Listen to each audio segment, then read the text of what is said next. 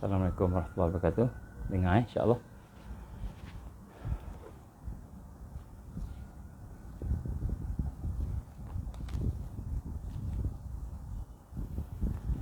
InsyaAllah kita mulai dengan Ummul Quran. Al-Fatihah. A'udzubillahi minasyaitonirrajim. Bismillahirrahmanirrahim. Alhamdulillahi rabbil alamin. Ar-Rahmanir-Rahim. Maliki yaumiddin. Iyyaka na'budu wa iyyaka nasta'in. Ihdinas siratal mustaqim. Siratal ladzina an'amta 'alaihim ghairil maghdubi 'alaihim waladdallin. Amin. A'udzubillahi samil 'alim minasyaitonir rajim. Bismillahirrahmanirrahim. Innal hamdalillah nahmaduhu wa nasta'inuhu wa nastahdi wa nastaghfiruh wa na'udzu billahi min shururi anfusina wa min sayyiati a'malina. May yahdihillahu fala mudilla lahu wa may yudlil fala hadiya lahu. Asyhadu an la ilaha illallah wahdahu la syarika lah wa asyhadu anna Muhammadan abduhu wa rasuluh. Qala rabbi shrah li sadri wa yassir li amri wahlul 'uqdatam min lisani yafqahu qawli. Rabbi zidni ilman amma ba'.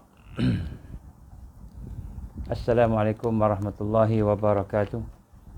Alhamdulillah, pertama-tama mari sama-sama kita meningkatkan syukur kepada Allah SWT dalam hati kita, dalam pemikiran kita, untuk sama-sama kita merasakan kasih sayang Allah SWT yang telah memberikan kepada kita peluang, ruang untuk kita sama-sama yang berada dalam Islam, berada dalam ibadah, yang berada di dalam suasana-suasana yang kita ingin kembali kepada Allah.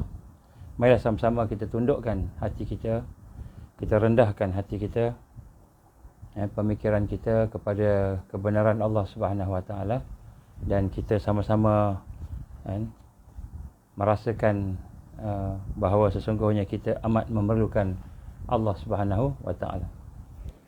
Seseorang yang mengenal Allah akan sentiasa berdoa kepada Allah, sentiasa berdoa, dan tujuan dia berdoa itu bukanlah untuk, matlamatnya bukan untuk dia mendapat apa yang dia doa tadi. Kerana apa yang dia dapat, sama ada yang positif atau negatif, itu semua adalah merupakan budi bicara Allah, iaitu kehendak Allah Subhanahu Wa Taala. Tetapi apa yang lebih penting bagi seorang yang mengenal Allah ialah tujuan dia berdoa itu, yang pertama sekali dia ingin menunjukkan keperluan dia kepada Allah sebagai hamba. Sebagai seorang hamba, dia amat memerlukan Allah. Dia menunjukkan kepada Allah Subhanahu Wa Taala bahawa dia memerlukan Allah. Dia amat memerlukan Allah, maka dia pun berdoa. Dia minta pada Allah Subhanahu Wa Taala. Dan sekiranya permintaan itu dikabulkan, maka dia minta lagi. Dia minta lagi. Contohnya dia minta sihat. Allahumma inna nas'aluka sihah wal afiyah. Dia minta sihat dan afiat kepada Allah. Dia dapat kesihatan, dia tak sakit. Dia dapat afiah. Tetapi bukan maknanya dia tak minta, dia minta lagi. Sebab tujuan minta tu adalah supaya nak menunjukkan bahawa dia memerlukan Allah. Kita memerlukan Allah Subhanahu Wa Taala. Kita hamba Allah. Jadi itu adalah dia punya asas kepada doa. Jadi kalau Allah tak bagi apa yang dia minta, dia tetap minta juga. Dia tak rasa gelisah. Dia tak rasa resah. Allah tak bagi dia apa yang dia minta. Sebab dia tahu tu hak Allah. Allah nak tolak, Allah nak terima, itu hak Allah. Tapi bagi dia, Orang yang kenal Allah itu, seorang arifin, maka dia sentiasa minta pada Allah, sebab meminta pada Allah itu, berdoa pada Allah itu adalah merupakan satu tanda bahawa aku ini hamba Allah. Aku hamba, ya Allah, Engkau Tuhan, dan aku memerlukan Engkau. Jadi kita minta pada Allah sentiasa dalam keadaan berdoa, sentiasa dalam keadaan berdoa. Sebab orang yang mengenal Allah, dia sentiasa minta pada Allah. Sentiasa. Dan dia minta pada Allah, sebenarnya matlamat dia bukanlah semata-mata nak dapat apa yang dia minta, tapi matlamat ni ialah untuk menunjukkan kehambaan dia, menunjukkan perhambaan dia kepada Allah. Iaitu dia sentiasa memerlukan Allah, dia minta. Dan kenapa dia meminta pada Allah itu? Kerana memang menjunjung perintah Allah. Allah perintah dia berdoa. Allah perintah kita berdoa. Allah perintah kita meminta. Kita minta kat dia, menjunjung perintah Allah Subhanahu Wa Taala. Supaya kita ni dapat mengabdikan diri, berubudiah kepada Allah, beribadah kepada Allah. Jadi doa ni ibadah. Jadi seorang yang beriman, yang mengenal Allah, dia akan sentiasa minta pada Allah. Jadi satu perasaan. Sebab itulah apabila kita berada di hari Jumaat ini terutamanya, maka hendaklah kita sentiasa memperbanyakkan doa kepada Allah. Minta pada Allah. Dan Allah SWT telah menjadikan ada waktu-waktu, saat-saat yang mustajab doa ketika hari Jumaat. Mustajab doa. Kenapa Allah SWT memberikan waktu-waktu mustajab doa di hari Jumaat? Kerana Allah nak memerintah kita supaya banyakkan doa. Allah beritahu ada waktu yang mustajab doa, tapi Allah tak beritahu bila. Lepas asar ke, waktu antara dua khutbah ke. Itu semua pandangan ulama' lah. Mungkin waktu antara dua khutbah, ketika azan, selepas azan, sebelum qamat. Jadi itu banyak waktu sebelum maghrib, waktu asar, sebelum maghrib. Itu semua adalah merupakan pandangan-pandangan ulama'. Tetapi sebenarnya Allah tak beritahu kat masa bila. Saat-saat yang digambarkan sebagai mustajab doa. Kenapa? Supaya manusia ni sentiasa banyakkan doa. Kenapa kita berdoa? Nak menunjukkan kita memerlukan Allah. Kita hamba, kita perlukan Allah. Kita nak Allah Subhanahu Wa Taala membantu kita, menolong kita, melindungi kita. Dan Allah sebagai Tuhan, sebagai Rabb. Kita nak mengagungkan Allah. Jadi inilah merupakan kita kata adab-adab berdoa tu. Kita nak kena merasa betul. Begitu kita rendah diri. Jadi insya-Allah tuan-tuan puan, kita nak sambung sikit apa yang telah kita bincangkan semalam. Semalam kita bincang bagaimana kita memerlukan kepada hati, jiwa kita, supaya jiwa kita itu sentiasa dalam keadaan dibersihkan, dalam keadaan mengingati Allah, terikat dengan Allah Subhanahu Wa Taala, dengan zikrullah, sehingga jiwa kita itu sentiasa mendekati Allah Subhanahu Wa Taala, taqarrub pada Allah Subhanahu Wa Taala. Dan hari ini juga kita ingin sambung sikit dalam bahagian beribadah. Menjadi hamba Allah yang beribadah merupakan salah satu daripada sifat-sifat mereka yang dijanjikan di akhir zaman. Jilul mau'ud, iaitu generasi yang dijanjikan, yang akan melaksanakan kebangkitan dan yang akan melaksanakan tajdid dan akhirnya menang. Maka salah satu sifatnya ialah jilul mau'ud, iaitu dia sentiasa dalam keadaan beribadah kepada Allah Subhanahu Wa Taala. Dan dalam salah satu daripada ibadah kepada Allah, selain daripada hati yang kita sebut tadi sebagai raja, yang kita dah bincangkan bagaimana perlu berjalannya zikrullah, proses-proses untuk kita berzikir pada Allah Subhanahu Wa Taala. Proses tu kita kena faham. Peringkat-peringkat detailnya seperti fana, baqa dan sebagainya, makam fana, makam baqa, itu semua tu itu merupakan kajian-kajian para ulama tasawuf. Para ulama yang ingin mendetailkan sampai peringkat nak melihat di mana hala tuju hati kita.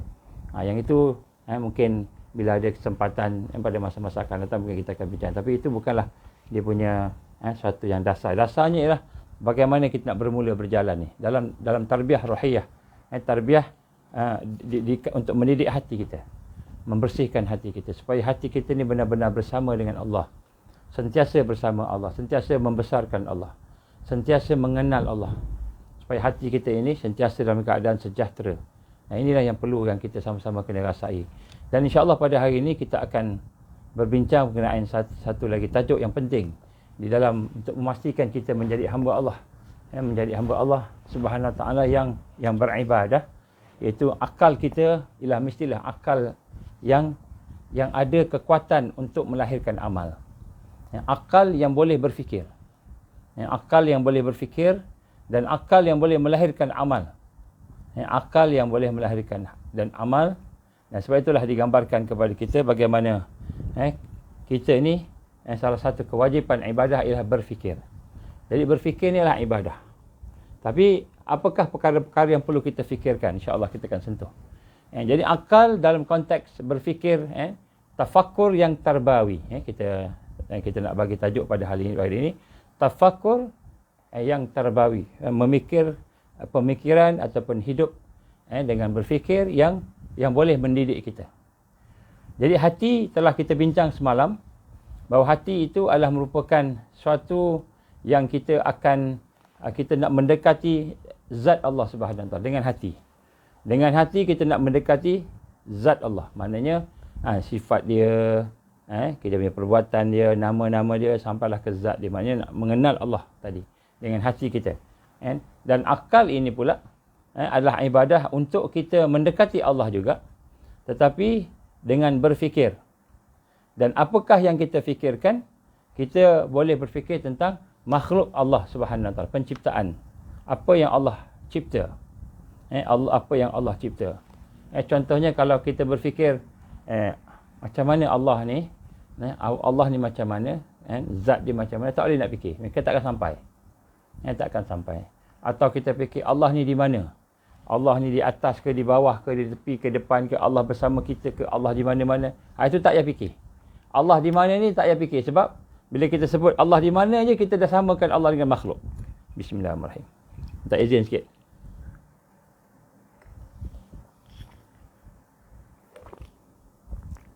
Bismillah. Alhamdulillah. Baru sampai daripada solat Jumaat ni. Hari ni solat Jumaat di PWTC. Sebab ada meeting ada mesyuarat di sini, kawasan sini lah. Ni pun di tempat lain ni, di tempat orang, saya pinjam. Tuan-tuan rahmat Allah SWT, kita nak rasai bahawa kita jangan berfikir tentang zat Allah. Apa yang berkaitan dengan zat Allah, jangan kita fikir. Kenapa kita tidak boleh fikir? Sebab tak akan sampai. Contohnya kita kata, di mana Allah? Soalan, di mana Allah? Kan? Kalau ni kata di mana, soalan tu sendiri dah salah dah. Sebab kita nak meletakkan Allah pada tempat sesuatu. Allah tidak bertempat, Allah tidak bermasa. Allah bukan di atas, di kanan, di bawah, di kiri, macam mana makhluk, bukan. Allah tidak bertempat. Allah tidak bermasa. Allah tidak terikat dengan tempat. Allah tidak terikat dengan masa. Laisa kamislihi syai'un. Ini adalah pandangan Ahlus Sunnah wal Jamaah. Jadi kita jangan fikir tentang Allah ni dia suruh zat di kat mana lah, macam mana dia lah sebagainya. Itu adalah fikiran yang akan merosakkan kita. Tentang zat Allah Subhanahu Wa Taala, tentang sifat dia, kita boleh menggunakan hati dia, merasai kebesaran Allah, sifat Allah Ar-Rahman Ar-Rahim, rasa sayang Allah itu kita rasa, hati kita boleh rasa. Tapi dia tidak boleh dalam bentuk berbentuk yang boleh kita quantifykan macam makhluk lah. Laisa kamislihi syai'un. Maknanya tidak ada sama, ada satu pun yang sama dengan Allah Subhanahu Wa Taala. Satu ketika Rasulullah sallallahu alaihi wasallam melihat beberapa orang sahabat, sekelompok sahabat duduk diam dan berfikir. Jadi selalunya sahabat ni dia borak-borak. Dia jumpa satu grup ni, semua diam, serius, muka serius berfikir. Muka dalam keadaan berfikir serius, nampak tension, stres lah berfikir. Diam semua. Maka Rasul pun bertanya kepada sahabat-sahabat dia. Kan? Apa yang kamu sedang buat ni? Buat apa ni? Semua senyap, diam, serius semua kan? Kita boleh bayangkan Rasulullah SAW tanya pada sahabat, kau buat apa? Semua senyap, diam kan? Tak berfikir, tak buat apa-apa, berfikir je. Nampak fikir serius dengan apa kau fikir ni? Maka Rasulullah SAW bertanya, apa yang kamu buat? Maka kata sahabat-sahabat, kami sedang berfikir tentang Allah Subhanahu Wa Taala. Kami sedang fikir tentang Allah. Nak kenal Allah ni, nak makrifat pada Allah ni. Jadi kami sedang fikir tentang Allah. Maka Rasul sallallahu alaihi wasallam pun bersabda,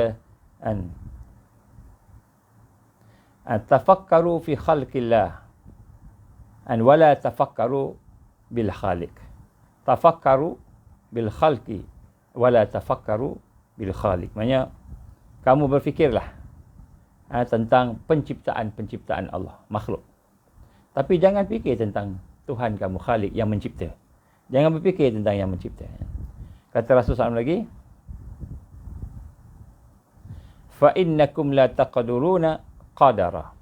Kamu sungguh-sungguh tidak akan mampu sampai, tak boleh sampai nak fikir pada tentang Allah Subhanahu wa taala. Jadi Rasul sallallahu alaihi wasallam menggambarkan kepada kita, tafakkaru fi khalqillah. Kamu berfikirlah tentang apa yang Allah cipta. Khalqillah, apa yang Allah cipta. Wala tafakkaru fillah. Dalam satu hadis yang sahih yang lain, wala tafakkaru fillah, jangan kamu berfikir tentang Allah, zat Allah. Jadi sinilah Nabi menggambarkan kepada kita, fa innakum la taqdiru naqadara. Kamu sekali-kali tidak akan sampai, tidak akan mampu untuk berfikir berkenaan dengan zat Allah, tak akan sampai. Kalau fikir gila, jangan fikir. Tak boleh fikir pun, dia akan rosak. Jadi apabila kita sedang berfikir tentang Allah, kadang-kadang timbul dalam hati kita, Allah ni macam mana? Allah ni bagaimana? Allah di mana? Kita fikir tentang Allah, tentang zat Allah itu, maka itu adalah bisikan syaitan, waswas daripada syaitan. A'udzubillahi minasyaitonirrajim. A'udzubillahi minasyaitonirrajim. A'udzubillahi minasyaitonirrajim. Kita telah dibisik-bisikkan oleh syaitan. Dan sebab itulah yang diperintahkan kepada kita ialah supaya berfikir tentang penciptaan Allah. Maksudnya makhluk Allah. Dilarang kita berfikir tentang zat Allah. Allah berfirman dalam surah Al-Imran ayat 190, 191. A'udzubillahi minasyaitonirrajim. Inna fi khalqis samawati wal ard wa ikhtilafil laili wan nahar laayatin liulil albab alladzina yadhkurunallaha qiyaman wa qu'udan wa 'ala junubihim wa yatafakkaruna fi khalqis samawati wal ard ila akhir ayat. Sesungguhnya dalam penciptaan langit dan bumi dan pertukaran malam dan siang, terdapat tanda-tanda bagi orang yang berfikir, orang yang berakal, ulul albab. Dan orang yang cerdik, siapa dia? Iaitu mereka yang sentiasa berzikir pada Allah. Allazina yazkurunallah. Sentiasa dalam keadaan berzikir pada Allah ketika dia berdiri, duduk, dan ketika dia berbaring. Kemudian dia berfikir, wa yatafakkaru fi khalqis samawati wal ard. Dan kemudian dia berfikir. Jadi bila kita dah bincang tajuk zikir semalam, semalam kita bincang tajuk zikir, maka hari ini kita kena tengok Allah perintah bukan saja berzikir, merasai bersama dengan Allah, merasai kita disayangi oleh Allah, kan? Kita rasa, kita berzikir sampai peringkat seluruh tubuh badan kita, seluruh sel kita duduk bersama-sama Allah Subhanahu Wa Taala. Maknanya kita merasai pemerhatian Allah, kan? Kasih sayang Allah dan sebagainya. Maka selepas daripada kita mengingati Allah itu, maka kita diminta supaya wa yatafakkaruna fi khalqis samawati wal ard. Maka Allah perintahkan kita untuk berfikir, berfikir tentang kejadian-kejadian yang ada di langit dan yang ada di bumi. Nah, oleh itu pada hari ini kita tengok ada 5 perkara yang kita kena berfikir untuk membina kekuatan tarbawi, kekuatan tarbiyah. 5 perkara. Jadi kita nak kena bina 5 perkara ni. InsyaAllah bila kita dah membina 5 perkara ini, berfikir 5 perkara ini, maka kita akan dibuka cahayanya oleh Allah Subhanahu Wa Taala, sehingga insyaAllah kita akan mula mengenal Allah, mula mendekati Allah dan mula mengenali hakikat kebenaran itu. Dan apabila kita tidak berfikir dengan perkara-perkara yang disebutkan ini, maka kita akan menjadi manusia yang disebut mahjubin. Mahjubin ialah mereka yang terdinding. Mereka yang terdinding. Kenapa? Apabila kita tidak berfikir, maka dia akan sampai kepada nafsu. Nafsu ni apa? Nafsu ni ialah sesuatu yang ada, makhluk yang ada dalam diri kita ni yang sentiasa mengajak kita untuk berlebih-lebih, melampaui batas, melakukan benda-benda yang diseronok saja, disenang aja, kan? Baik. Yang pertama sekali, perkara yang kita nak kena berfikir dengannya ialah kita kena tafakkur dengan ayat-ayat Allah. Yang pertama sekali kita nak kena berfikir tentang ayat-ayat Allah, tanda-tanda kekuasaan Allah. Tentang langit, tentang bumi, bagaimana langit tidak ada tiang, bagaimana kejadian-kejadian yang ada di atas muka bumi ini, makhluk-makhluk yang ada ini yang Allah jadikan tadi. Contohnya bagaimana kalau manusia hari ini, kalau katakan Dia berkahwin contohnya laki dan perempuan, dapat anak 5. Dapat anak 5. Walaupun maknya satu, bapaknya satu, tapi anaknya beza-beza, lain-lain. Ada rupa Shah Rukh Khan sikit, ada rupa Jackie Chan sikit, ada rupa antara Jackie Chan dengan Shah Rukh Khan, macam-macam rupa, tak sama, kan. Jadi padahal itu datang daripada mak ayah yang sama. Jadi kita lihat, kita dikehendaki berfikir tentang kejadian alam ini. Jadi kita kena latih mata kita, telinga kita, deria indera kita ni, untuk kita mengesan kejadian yang ada di hadapan kita, segala yang berlaku di depan kita, dan segala apa yang ada di depan kita, makhluk tadi, dan kita nak hubungkan dengan Allah Subhanahu wa Ta'ala. Jadi kita nak hubungkan dengan kekuasaan Allah. Ini nombor satu. Jadi kita diperintahkan untuk melihat dan mengikat dan kita hubungkan dengan Allah Subhanahu wa Ta'ala, sehingga lahirlah kekuasaan Allah. Kita rasa kekuasaan Allah. Lahirlah kehebatan Allah, kudrah Allah. Kita rasa kehebatan dalam diri kita. Sehinggalah kita dapat merasai keagungan Allah Subhanahu wa Ta'ala. Kita dapat agungkan Allah Subhanahu wa Ta'ala. Jadi di sinilah di manakah kekuatan berfikir ini, dia akan menimbulkan keyakinan.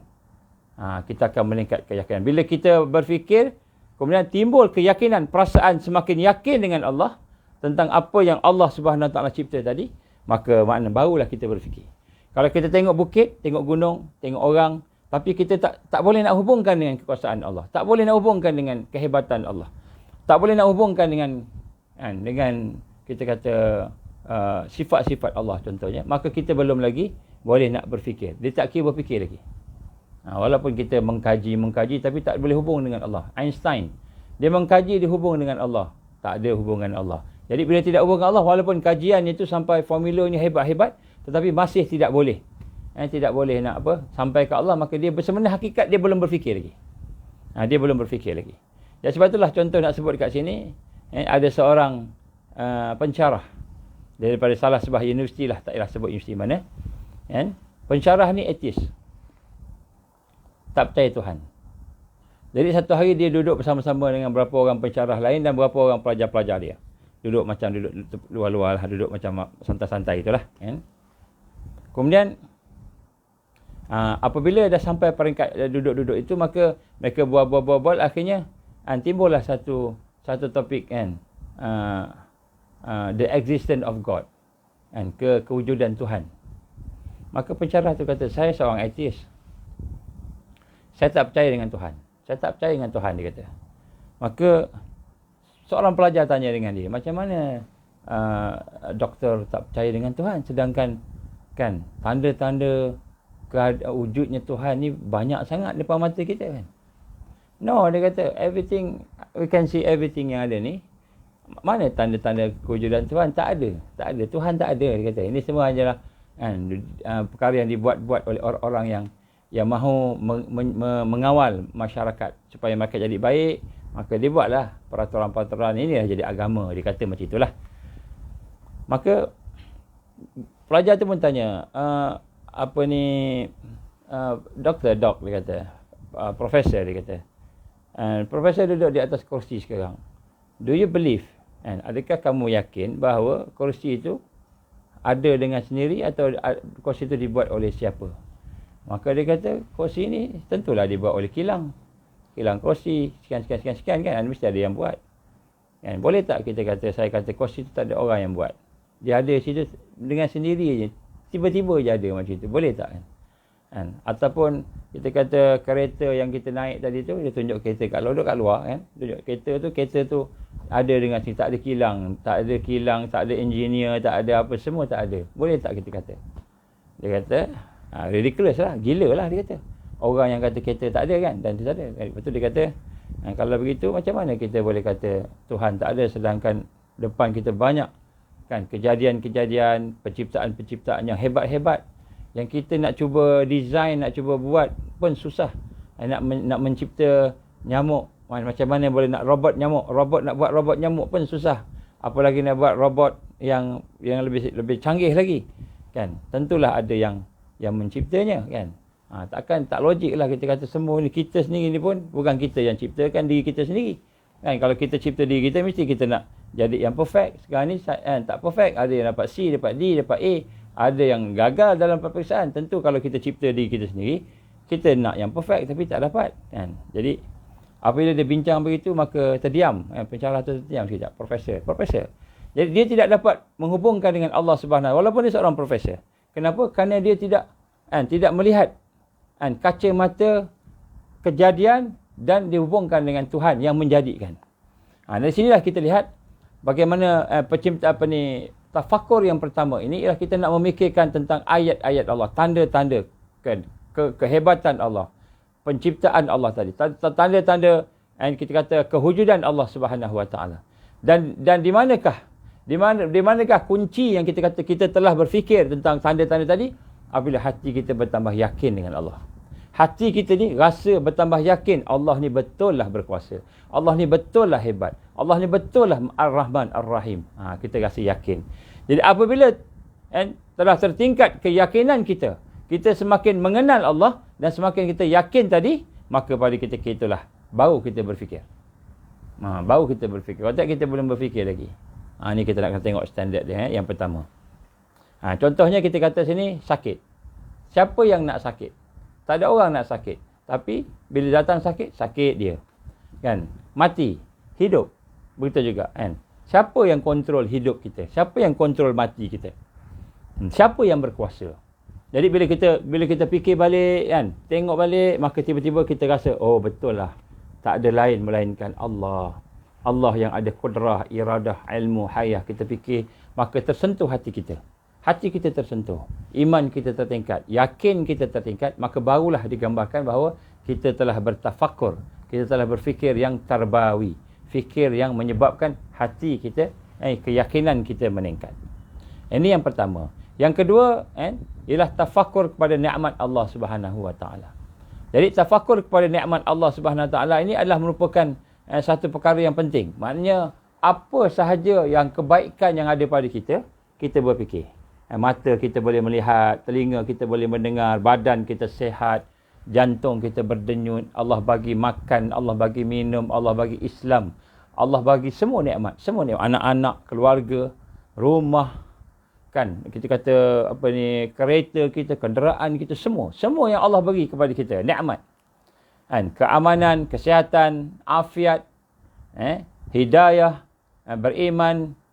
Dan Allah SWT memberikan segala yang ada pada kita ini, siang, malam, dan sebagainya. Maka bila kita melihat kepada nikmat-nikmat Allah Subhanahu Wa Taala, maka pada ketika itu kita pun merasai bahawa ini adalah kasih sayang Allah. Ini adalah merupakan sayang yang Allah pada kita, dan cintanya Allah pada kita. Allah bagi nikmat iman, Islam, dan ilmu. Maka kita pun meningkatlah syukur, bersyukur pada Allah. Jadi apabila kita memikirkan tentang nikmat, hati kita sampai peringkat hati kita rasa bersyukur sangat pada Allah. Hati kita rasa sayang pada Allah Subhanahu Wa Taala, mahabbah pada Allah Subhanahu Wa Taala, maka barulah kita dikatakan berfikir dengan nikmat. Barulah kita dikatakan berfikir. Kalau tidak, tak sampai fikir, tak sampai tahap tafakur yang tarbawi. Pemikiran yang dididik, yang terbiah, yang terdidik. Maka di sini kita lihat apakah natijah daripada berfikir nikmat. Bila kita berfikir nikmat, maka kita melihat natijahnya ialah apabila kita meningkat syukur kita pada Allah. Kita syukur pada Allah, bertambah syukur, bertambah lagi syukur kita. Bertambah sayang pada Allah, Dan Allah buat baik pada kita. Secara fitrahnya tentulah kita pun nak buat baik pada Allah, nak mengabdikan diri kepada Allah, nak melaksanakan apa yang Allah perintah, nak meninggalkan apa yang Allah larang. Jadi apabila sampai tafakur nikmat ini, sampai meningkatkan perasaan syukur, mahabbah kepada Allah tadi, maka barulah kita dikatakan kita bertafakur. Kita berfikir tentang nikmat. Jadi tak cukup kita cakap, jadi makan yang anak-anak makan, syukur, syukur nasi ni, Allah bagi nasi, syukur. Kita cakap macam itu je. Ataupun kita kata, ini semua adalah daripada Allah, kita perlu bersyukur kan. Itu cakap. Kita nak ajak berfikir. Kita nak ajak dia berfikir. Contohnya makanan tadi kan. Agak-agaknya macam mana ni makanan? Daripada mana ni? Bagaimana ni? Kita pun cerita kan. Kita kata makanan ni daripada duit Umi kita kan. Umi kata, okey, Umi punya duit. Umi daripada mana duit? Sekian. Sampailah ke Allah. Kalau kata hari ni kita berniaga, untung. Semalam kemarin rugi. Siapa yang bagi untung? Siapa yang bagi rugi? Jadi kita ajak berfikir. Akhirnya kita concludekan, kita simpulkan bahawa sungguh sebenarnya nikmat ni daripada Allah. Allah yang bagi. Allah SWT yang susun nikmat kita. Allah SWT yang susun kesihatan kita, ilmu kita, iman kita, Islam kita. Sehingga akhirnya bertambah-tambah syukur pada Allah. Bila bertambah syukur, meningkat mahabbah sayang kita kepada Allah, maka itulah maknanya kita telah pun tafakkur nikmat. Kita telah berfikir tentang nikmat Allah Subhanahu wa taala. Ini nombor 2. Nombor 3, kita tafakkur tentang pahala, ganjaran. Ganjaran. Dan ganjaran seperti syurga dan kenikmatannya. Jadi kita berfikir tentang syurga. Walaupun syurga kita tak nampak, kita boleh berfikir tentang syurga. Sebab dalam Quran Allah SWT sebut tentang syurga. Syurga ada sungai. Di dalamnya ada sungai. Syurga ada buah-buahan. Allah ajak kita berfikir tentang syurga sekian. Jadi terutamanya untuk kita ni, kan, kita nak apa? Anak-anak kita nak makanan yang sedap-sedap. Kita nak tempat tinggal yang indah-indah, tempat tinggal yang selesa, ada aircon, ada apa kan. Kita nak semua best. Semua kita nak best. Maka kita sebut kan, sesungguhnya syurga lah tempat yang Allah berikan segala yang paling best. Paling best di dunia, paling best dalam hidup kita adalah dalam syurga Allah. Maka kita pun berfikir. Kita tengok hadis-hadis tentang syurga. Kita tengok ayat-ayat Allah tentang syurga. Di mana penuh dengan kenikmatan, penuh dengan keindahan, penuh dengan kemewahan, penuh dengan kebahagiaan untuk orang-orang yang bertakwa. Untuk orang-orang yang bertakwa. Jadi apabila kita berfikir tentang syurga tadi, maka timbullah satu perasaan berharap. Kita berharap. Kita berharap. Kita minta kepada Allah. Ya Allah, berilah aku syurga. Minta ke Allah. Ya Allah, berilah aku syurga. Jadi kita akan sampailah satu peringkat. Kita berharap kepada syurga Allah. Kita berharap kepada syurga Allah Subhanahu wa ta'ala. Maka apabila kita berfikir tentang syurga tadi, macam mana kita nak kita nak tahu bahawa kita ni betul-betul berfikir tentang syurga, contohnya tadi, ialah apabila kita meningkatkan amal kita, meningkatkan takwa kita. Nak puasa susah, puasa lapar puasa. Kita cakap dengan anak-anak kan, lapar puasa. Masa buka sedaplah kan, tapi dalam syurga Allah bagi lagi hebat lagi dalam syurga. Tuan-tuan puan-puan rahmat-Allah, boleh bayangkan syurga macam mana tak? Pernah tak kita bayangkan syurga dalam hidup kita? Pernah tak? Pernah tak kita membayangkan kehidupan dalam syurga Allah? Kehidupan dalam syurga Allah ni, kalau kita tengok kehidupan orang yang paling mewah di dunia ni, kan, dia ratus kali ganda, tak boleh terfikir, tak pernah nampak mata, tak pernah dengar telinga, tak pernah cakap-cakap, tak pernah terlintas. Kalau kita terlintas tu, dia lebih hebat lagi daripada yang kita terlintas tu. Ini syurga. Ini syurga Allah Subhanahu Wa Taala. Kebahagiaan dia, kenikmatan dia, kemewahan dia, keindahan dia luar biasa. Tetapi kalau kita berfikir saja tentang syurga, tapi tidak meningkat takwa kita, tak meningkat amal kita, maka kita hanya berangan-angan saja. Kita berangan-angan. Kita bermimpi-mimpi je lah. Macam gitu. Jadi, angan-angan adalah merupakan racun. Racun. Jadi sebab itulah kita nak sama-sama kita mengajak anak-anak kita, keluarga kita supaya berfikir tentang syurga. Apa syurga tu?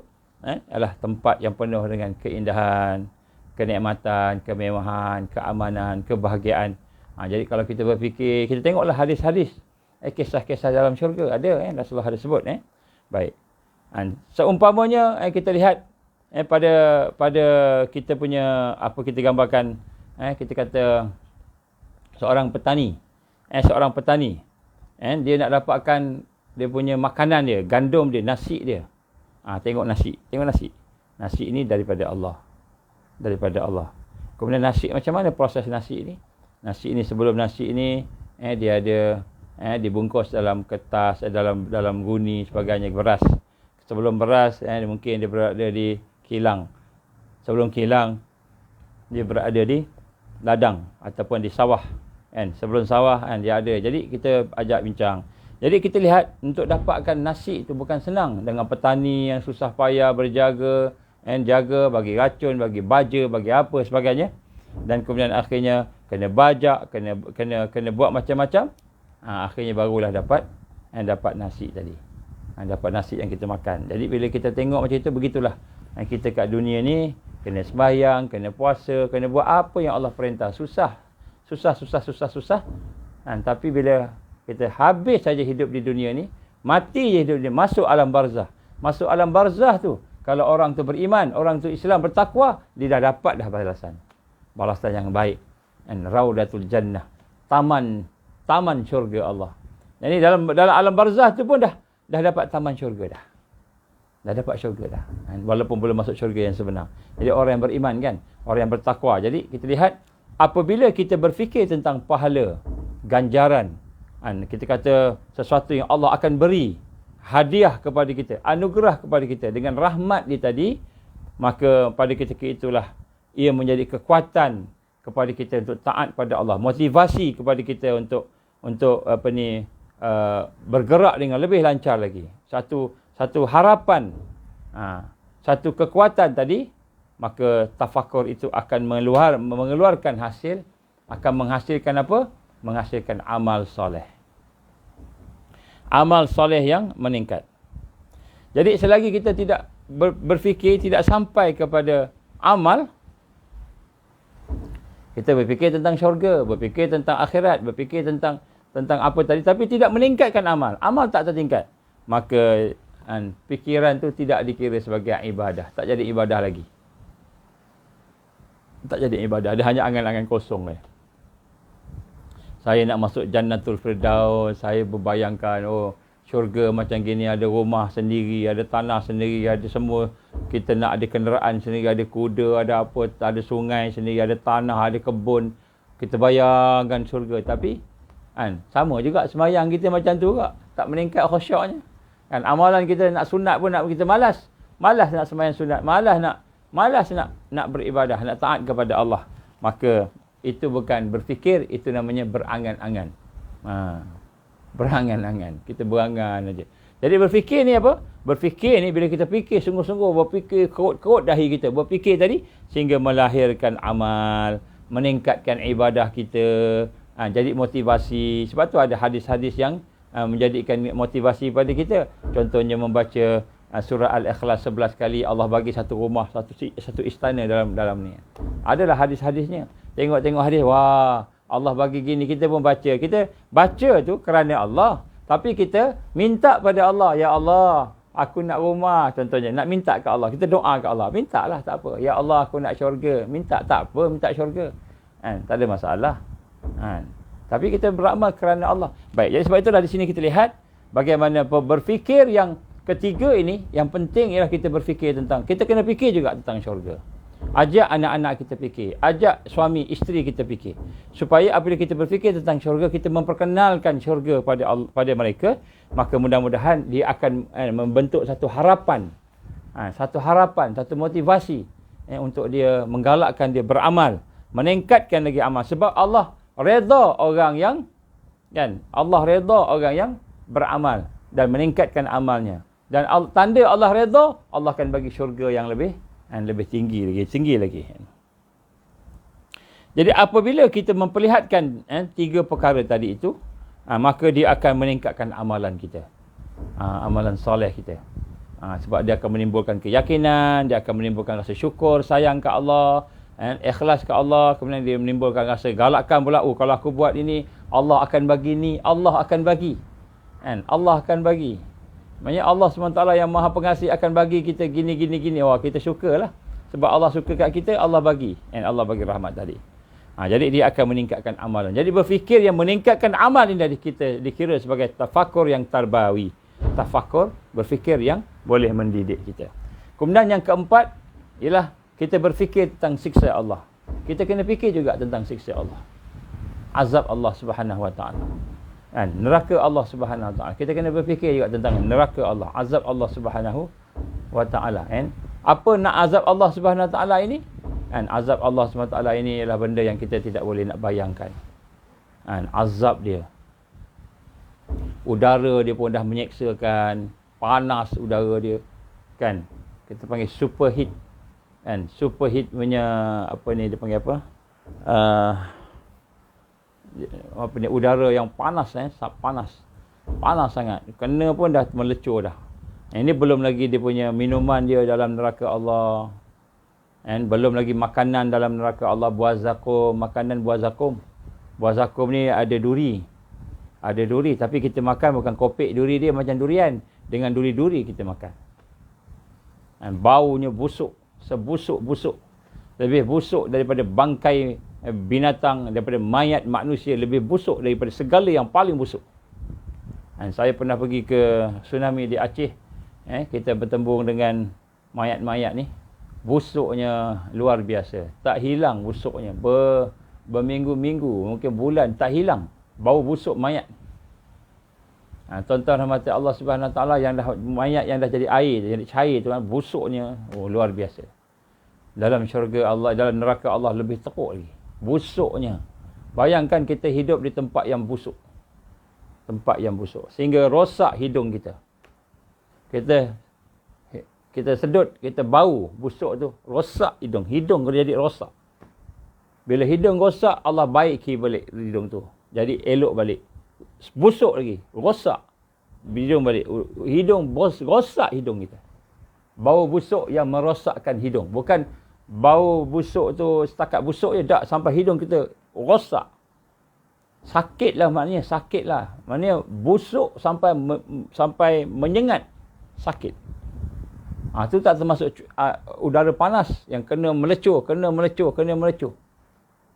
melecur, jadi elok balik. Melecur, jadi elok balik. Jadi sakit setiap saat.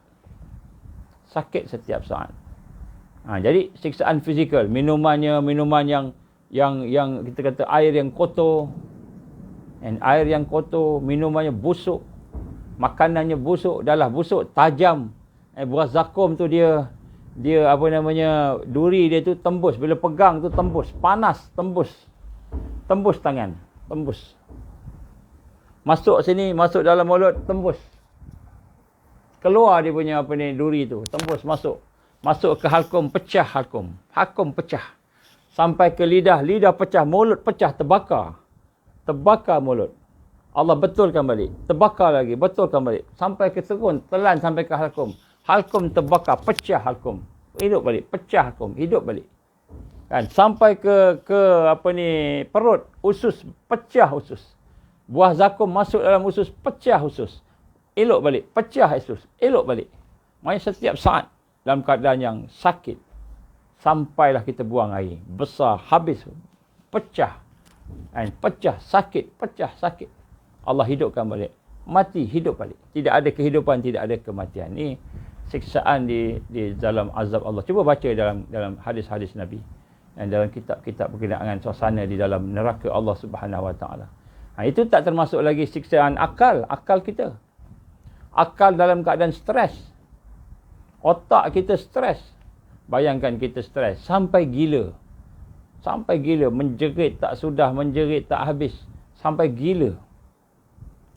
Otak ni diseksa, dihina, merasakan diri hina sangat di hadapan Allah. Malu sangat di hadapan Allah.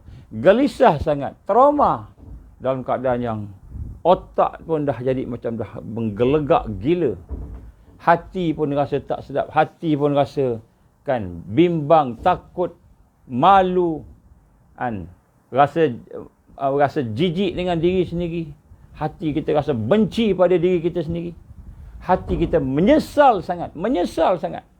Jadi Allah seksa dalam neraka Allah ni semua. Maknanya fizikal kita pun sakit, kan? Otak kita pun sakit, hati kita pun sakit. Semua. Jadi kita bayangkan bagaimana bila kita berfikir tentang azab Allah. Kalau Allah murka, apa jadi pada kita? Maka Allah campakkan dalam neraka dia. Allah campakkan dalam Jahannam. Pada masa tu, nak lari tak boleh. Nak buat apa pun tak boleh. Diseksa, setiap saat diseksa. Saya pernah pergi ke satu travelling naik bas masa dah lama dah. Saya nak pergi ke Penang masa tu naik bas. Sebelah saya ada seorang orang putih daripada Australia. Australia. Dia berniaga, dia buat bisnes di Malaysia dan dia buat bisnes di Thailand. Jadi dia sentiasalah naik daripada Kuala Lumpur pergi ke Penang, pergi ke Thailand, patah balik ke Kuala Lumpur, sentiasalah. Orang Australia, orang putih. Jadi dalam tu dipendekkan ceritalah. Akhirnya kami pun berbual-bual. Bual-bual, dia pun cakap kenalkan diri dia sebagai businessman sebagainya. Lepas tu entah macam mana termasuk tajuk perbualan tu kehidupan selepas mati. Saya nak tanya dia macam mana dia faham kehidupan selepas mati. Maka dia kata nombor satu, dia kata kematian ni, dia kata dia yakin mesti ada syurga neraka. Dia yakin mesti ada syurga ada neraka. Lepas tu saya tanya, kenapa? Are you Christian? Dia kata saya bukan Christian, saya atheist. Saya tak ada agama, bukan atheist. Saya tak ada agama. Tapi dia yakin mesti ada syurga atau neraka. Lepas tu saya tanya dengan dia, kenapa kamu yakin ada syurga ada neraka? Sebab dia kata itulah fitrah kita. Dia kata macam nature, it is nature. Mesti ada balasan, baik ke buruk. Tapi dia tak ada agama, tak ada agama. Kemudian saya tanya dengan dia, macam mana kamu boleh cakap macam itu? Dia kata, cuba bayangkan. Dia kata, cuba tuan bayangkan. So saya bayangkanlah, so saya fikir. Dia kata apa? Dia kata, cuba bayangkan mati, bila kita mati tu gelap kan, gelap gelita, gelap, tak nampak, tak ada cahaya semua kan, gelap dalam tanah gelap. Gelap selama-lamanya gelap kata. Kamu hidup. Maksudnya kamu boleh nampak gelap, boleh nampak ni sebagainya, gelap selama-lamanya. Oh, dia kata it will be very scary, dia kata. Satu yang menakutkan, hidup ni gelap aja. Sepanjang masa gelap, bertahun-tahun gelap aja kata. Dalam kubur lah dibayangkan gelap. Dia kata tak logik. Mesti ada syurga atau neraka. Ni orang putih cakap lah, orang yang tak percaya agama lagi kan. Kemudian saya pun tanya dia, oh macam itu ya? Ceritalah, okey tak apalah. Kemudian saya tanya dengan dia, so macam mana, apa pandangan kamu tentang syurga neraka ni? Kata yang pertama, kata saya yakin saya masuk neraka. Saya yakin saya masuk neraka, dia kata. Masuk neraka? Masuk neraka. Tapi dia bayangkan neraka macam mana tau? Dia bayangkan neraka macam dalam penjara. Macam dalam penjara mana-mana kat dunia ni. Kan ada masanya kena buat kerja keras, pukul batu, pecah batu, buat kerja keras. Ada masanya tidur dalam sel. Ada masanya rehat-rehat. Ada masanya mandi-mandi. Ada masanya kerja keras. Tapi duduk dalam penjara lah. Macam itu. Ada masanya kawan-kawan yang masuk syurga datang ziarah, bawa makanan. Bawa apa-apa datang ziarah. Itu dibayangkan neraka macam dalam penjara. Jadi saya gelak jugalah. Saya pun kata dengan dia, oh macam gitu ke? Macam gitulah dia kata. Tapi saya tak sebutlah macam mana Islam sebut kan. Sebab kita tak nak bincang benda yang terlalu dalam sangat. Benda yang mana-mana nak tentang Islam dulu kan. Tapi nak bayangkan sini, orang yang tidak ada hidayah ni, tidak ada panduan ni, tak ada hadis, tak ada Quran, dia bayangkan macam itu. Penjara ni, neraka macam dalam penjara. Ada masa rehat, ada masa kerja keras, pukul pecah batu, ada masa sukan-sukan, ada masa macam itu kan. Ada hak lah. Tak ada. Dalam penjara tidak ada hak. Hak nak makan, hak nak apa. Allah bagi makan. Tapi makan pun seksa. Minum pun seksa. Rehat pun seksa. Tak ada rehat. Semua seksa belaka. Dan bukan hanya seksa belaka. Kan? Seksa yang komprehensif. Keseluruhan semua seksa. Akalnya pun terseksa. Hati terseksa. Badan fizikal terseksa. Hidup berkeadaan hina. Merasa menyesal sangat. Kalau boleh, ya Allah, aku nak patah balik lah hidup kat dunia. Kalau boleh nak patah balik hidup kat dunia. Tapi dah tak ada dah. Allah bagi sekali ni. Jadi kita ajak berfikir tentang seksa Allah, azab Allah, neraka Allah.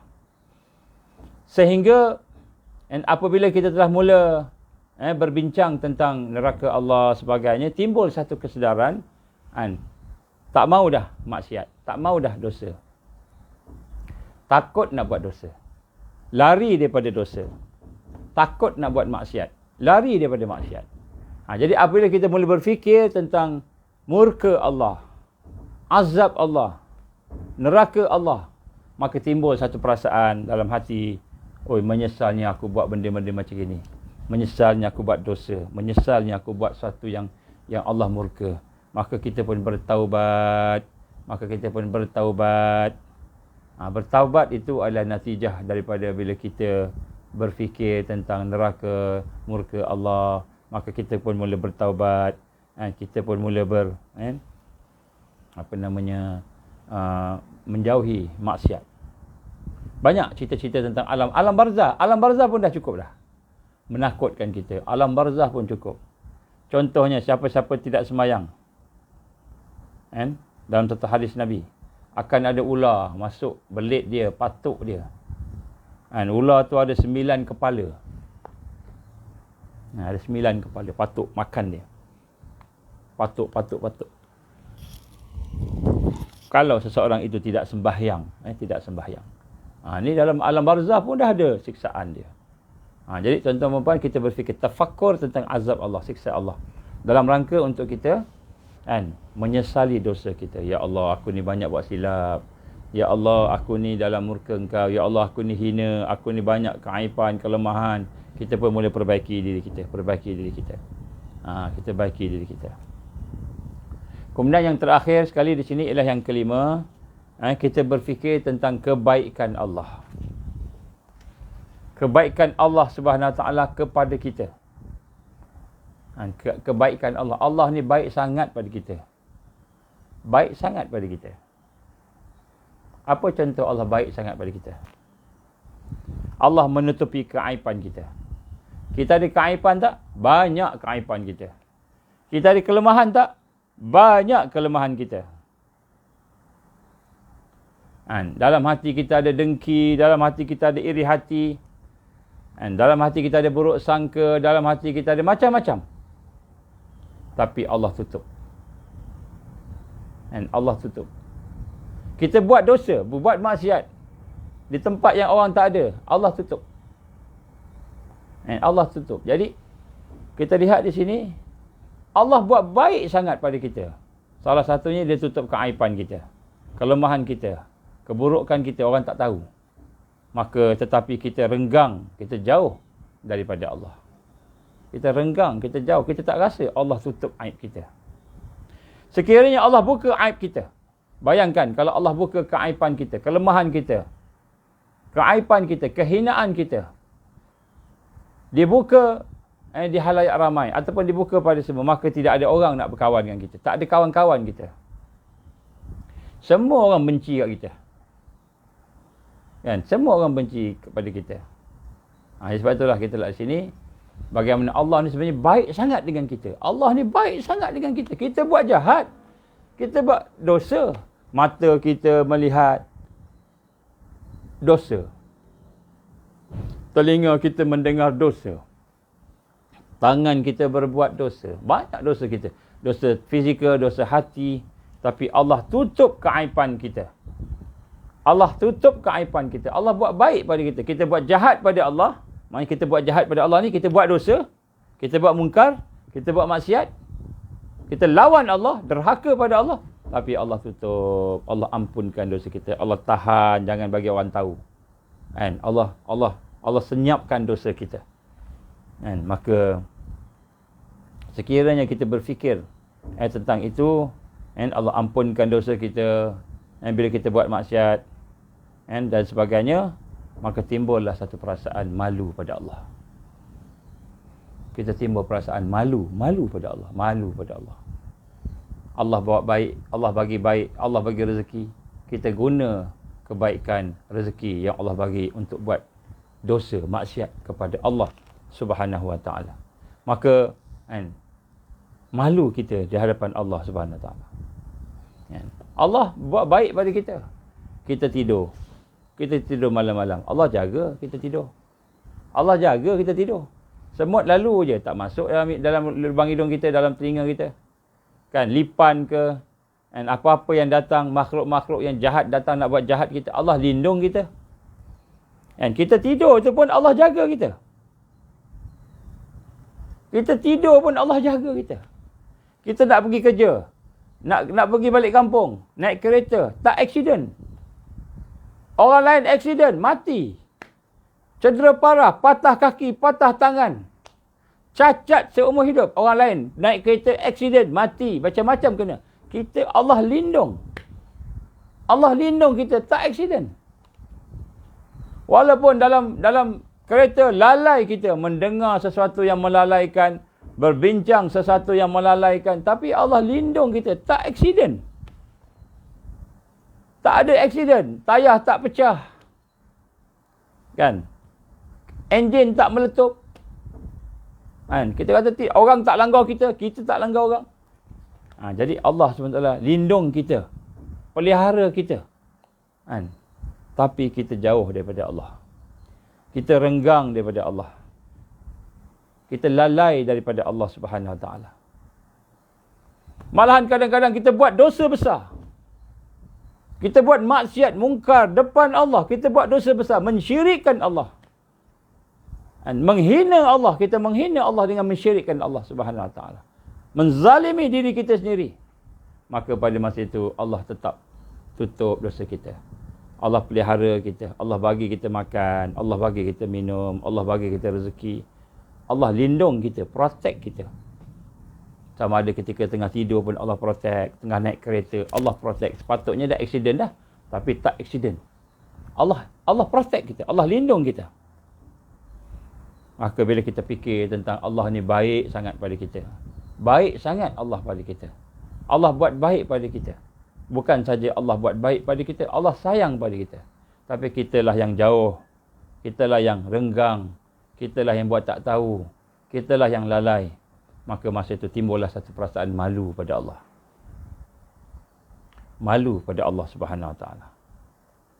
Jadi apabila kita malu kepada Allah Subhanahu Wa Taala, maka kita pun minta ampun pada Allah. Kelemahan kita. Kita pun memperbaiki kelemahan kita. Islah. Kita pun meningkatkan lagi amalan kita. Ubudiah kita. Kepada Allah Subhanahu Wa Taala. Ini tafakur. Ini tafakur yang kita kata tafakur yang boleh membina amal untuk kita berjalan terus kepada Allah. Jadi apa yang saya bagi pada tuan-tuan perempuan pada petang ini adalah sebagai satu poin-poin dia. Jadi kita kembangkanlah, kita kembangkan. Yang pertama kita berfikir tafakur tentang ayat-ayat Allah. Ayat Allah ni apa? Tanda-tanda penciptaan Allah, kebesaran Allah, kehebatan Allah. Apakah kekuatan daripada berfikir tentang tanda-tanda penciptaan Allah tadi? Maka kita pun merasakan kehebatan Allah, kita merasakan kesempurnaan Allah, dan akhirnya kita pun mula kenal Allah, kita pun mula bertambah yakin. Hati kita makin yakin, makin yakin, makin yakin. Jadi bila meningkat keyakinan itu, maka maknanya kita dah meningkatkan makrifat kita pada Allah. Maka itu tanda kita berfikir. Yang kedua ialah berfikir tentang tafakur, tentang nikmat yang Allah bagi. Apa yang ada pada kita, semua nikmat yang Allah, tak ada satu pun daripada kita sendiri.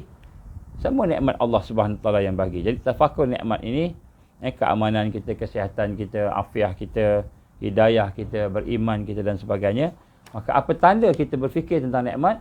Kita bertambah sayang pada Allah. Rupa-rupanya Allah sayang pada kita. Allah bagi macam-macam. Maka kita pun bersyukur. Alhamdulillah, Alhamdulillah. Kita pun bersyukur.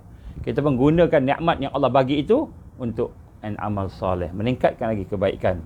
Meningkatkan lagi ubudiah kita kepada Allah Subhanahu Wa Taala. Yang ketiga, kita berfikir tentang pahala, tentang syurga. Tentang perkara yang Allah akan bagi kepada kita. Walaupun amalan kita ni sikit, walaupun amalan kita ni tak lengkap, tak sempurna, tapi Allah akan bagi syurga. Rahmat Allah akan bagi syurga pada kita. Dengan rahmat Allah bagi pahala pada kita.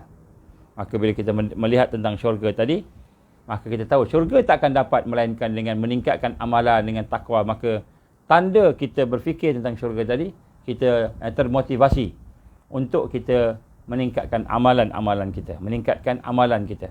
Sehingga amalan kita itu semakin kuat, semakin dekat dengan Allah. Yang keempat ialah kita berfikir tafakur tentang siksa Allah. siksaan Allah, azab Allah. Kalau Allah murka pada kita, maka pada kita itulah kita akan merasakan bagaimana kita tak boleh lari daripada Allah. Azab Allah amat hebat, maha menyakitkan. Maka kita pun lari, takut daripada maksiat. Kita tak mau dah buat dosa, tak mau dah buat maksiat. Kita pun bertaubat, menyesal maksiat kita. Sebab kita tahu bila kita bermaksiat, Allah akan azab kita. Allah akan murka pada kita. Dan yang kelima ialah kita bertafakur tentang bagaimana baiknya Allah pada kita. Allah sentiasa buat baik pada kita, tolong kita, bagi kita, lindung kita. Tapi kitalah yang jauh daripada Allah Subhanahu Wa Taala. Allah bantu kita, Allah tutup keaiban-keaiban kita.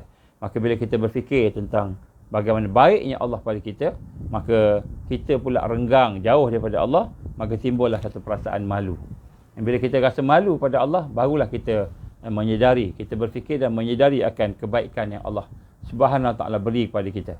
Jadi ini 5 perkara, insya-Allah apabila kita sudah mula latih diri kita untuk berfikir, kita ajak anak-anak kita, keluarga kita berfikir sama-sama, 5 perkara tadi kita boleh kembangkanlah. Cuba tengok dalam kitab-kitab hadis tentang syurga, tentang neraka dan sebagainya. Ajak berfikir tentang 5 perkara tadi itu, insya-Allah mudah-mudahan dia akan menjadi satu sumber kekuatan untuk kita meningkatkan lagi ubudiyah kita kepada Allah Subhanahu Wa Taala. Dan mudah-mudahan daripada situ kita akan bertambah baik dalam konteks kita taqarrub kepada Allah, mendekati Allah.